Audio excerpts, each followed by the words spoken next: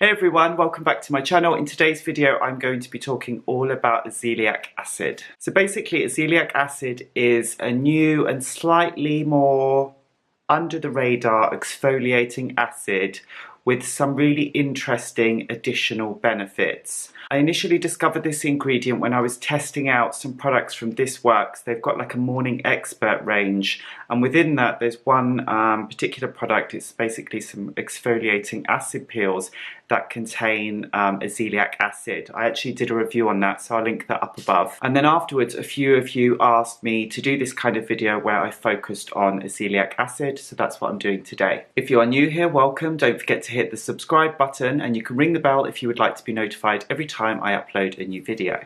This is usually on Wednesdays and Sundays. There's skincare reviews, tutorials, makeup tips, grooming tips, and occasional lifestyle and travel vlogs. So when it comes to acids, azelaic acid is one of the milder ones, and I think that it's a particularly useful one to use during the summer months.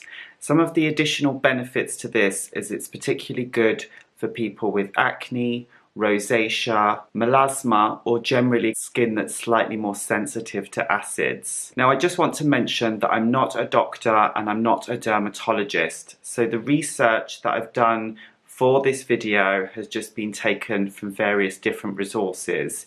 Dr. Sam Bunting is a great resource, Dr. Dre is another great resource, and so is Paula's Choice. They're basically the places where I've found some of the information which I'm just sharing with you guys today. I think that it's always important that you research everything yourself and find out how your skin works specifically to certain ingredients or different products. So the first benefit that I want to mention with azelaic acid is that it's anti-inflammatory. So that's really good if you're tackling redness, but then if you have got skin conditions such as rosacea or even acne where the skin can be particularly irritated or red or sensitive, then this could be a really good acid to treat those skin conditions. In addition to being anti-inflammatory, it's also antimicrobial. So what that means is it will help reduce the amount of bacteria on your skin.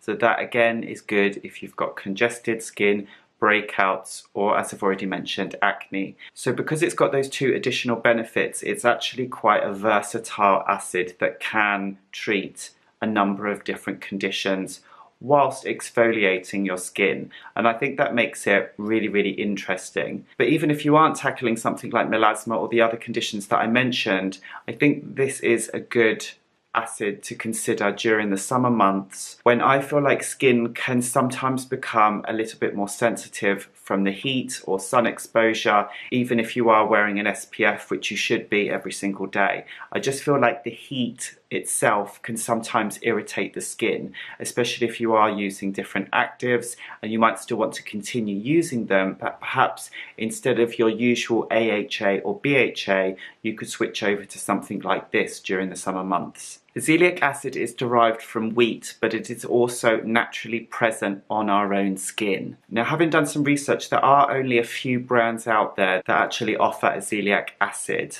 It is possible to see a dermatologist and get a prescription strength azelaic acid, but otherwise I feel like there's some great products from The Ordinary and Paula's Choice. Both brands offer fragrance-free products, so if you do have sensitive skin, that's another good reason to use these. Another great benefit to azelaic acid is it is also suitable for pregnant women or women who are breastfeeding. I think that the various different benefits to this make this a really interesting unsung hero when it comes to exfoliating acids.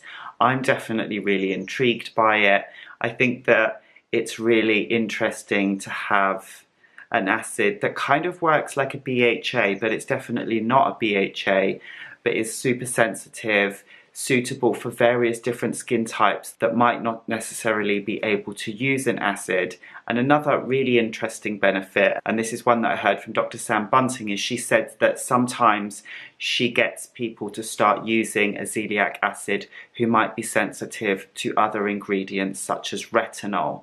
So what it can do with continued use is it can help kind of like bolster your skin to make it more tolerant to other actives such as a retinoid or retinol in the future, and that's really interesting.